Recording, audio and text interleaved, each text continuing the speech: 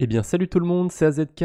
Comme promis dans ma dernière vidéo sur la chaîne principale, aujourd'hui je vous fais un tutoriel sur NFTs2Me. C'est un site qui va nous permettre de créer une collection de NFT. Très simplement, vous allez voir que l'outil, il n'est pas très compliqué à prendre en main et on peut faire ça sur plein de blockchains différentes.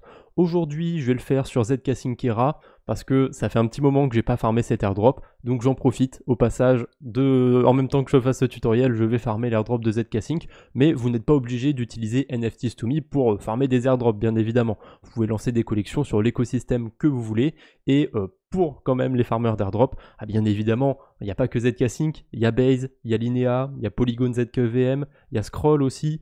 Donc je pense que tout le monde peut y trouver son compte. En tout cas, si ça vous intéresse de lancer une collection de NFT. D'ailleurs, en parlant de ces collections, il y en a 3 types différentes qu'on va pouvoir lancer. La première, c'est la plus simple, c'est celle que j'ai choisie pour cette vidéo, c'est une édition. Vous déposez une image et n'importe qui va pouvoir minter cette image, ce NFT. Par contre, on peut faire plus compliqué, on peut faire un drops. Ça va être une collection de NFT où il y a plusieurs images différentes et où vous allez minter une de ces images aléatoirement. Et le plus compliqué encore, c'est l'art génératif. Vous mettez un fichier spécifique qui va permettre de générer des images aléatoirement, un petit peu comme les Bored Ape Yacht Club. Donc, comme j'ai dit, je reste sur l'édition, c'est le plus simple pour aujourd'hui. Je me suis pas cassé la tête, j'ai fait comme dans la vidéo sur la chaîne principale. J'ai mis mon AZK Coin, voilà, c'est le logo de la chaîne AZK Crypto dans la description. J'ai mis le nom du projet, le symbole du token. Voilà. Maintenant, on a 2 manières de lancer ce NFT. Soit on peut juste bêtement minter ce NFT et l'envoyer à une ou plusieurs adresses, minter un ou plusieurs NFT, soit on peut créer une collection que les gens vont pouvoir minter. Ça, je pense que ça va être surtout propre aux artistes, etc., ou aux créateurs de contenu qui ont envie de créer des collections de NFT pour marquer le coup, quoi que ce soit. Voilà, vous pouvez définir un prix, une quantité. Moi, j'ai mis un prix qui est dérisoire et encore, je vais même rajouter un 0. De base, ça valait à peu près 20 centimes d'Ether. On va mettre un 0 en plus, ça vaut 2 centimes d'Ether pour aller minter le NFT. C'est histoire de marquer le coup. Il y a 50 NFT qui seront mintables. Voilà, si ça vous intéresse, ça va pas me rapporter grand chose en Ethereum. Franchement, ça va couvrir limite, je pense que ça va même pas couvrir les frais que je vais dépenser dans cette vidéo. Donc voilà, c'est pour marquer le coup. Si ça vous intéresse, il y a le NFT qui sera mintable, je le mettrai dans la description. Mais j'ai voulu faire une édition limitée pour aujourd'hui, donc voilà, c'est un NFT collector qui aura probablement aucune valeur. Mais si ça vous intéresse, si vous voulez le minter pour le fun, il sera dans la description.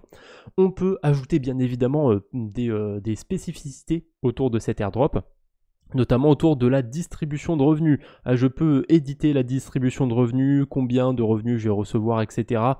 Donc sur le mint du NFT, j'ai laissé les trucs de base. Je vais recevoir 95% des revenus et le site va récupérer 5%. Ok, pourquoi pas, c'est fair play. Ils me proposent l'outil, très bien, je leur laisse prendre 5%. Je pourrais même ajouter une autre adresse qui va récupérer les intérêts, etc.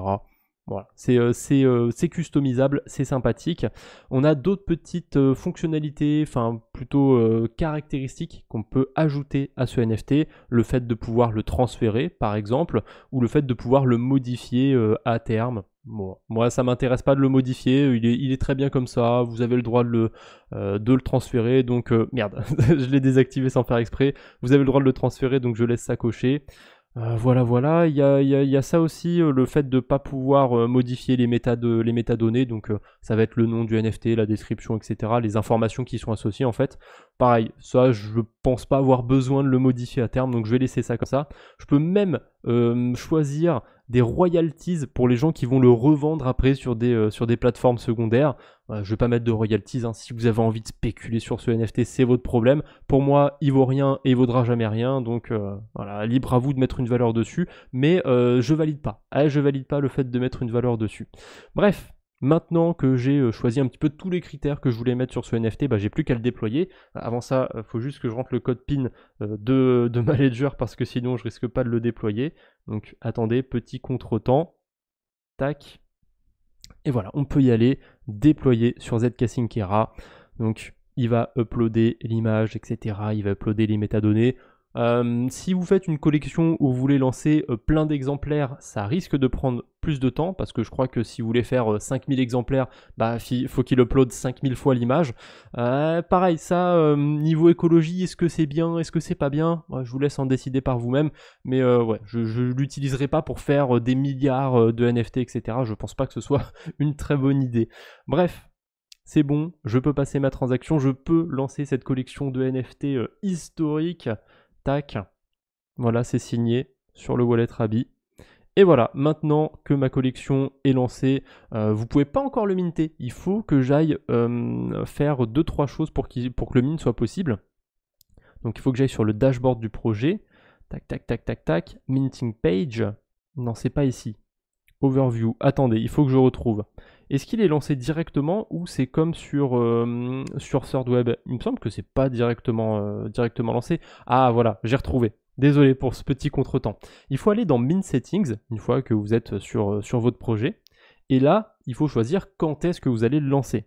Donc moi, je vais le lancer publiquement, n'importe qui va pouvoir aller le minter. Bien évidemment, je mettrai le lien un petit peu en avant sur le groupe Discord, parce que les vrais OG sont sur le groupe Discord et sur le groupe Telegram, mais je suis plus trop actif sur le groupe Telegram, pour être honnête. Donc si ça vous intéresse, vous avez aussi le lien du groupe Discord dans la description. Voilà, dès que je passerai cette transaction, le mint sera possible. Pour l'instant, je vais communiquer le lien nulle part, donc ça m'étonnerait qu'il y en ait un d'entre vous qui découvre ce mint de NFT. Donc je vais garder ça un petit peu secret jusqu'à demain.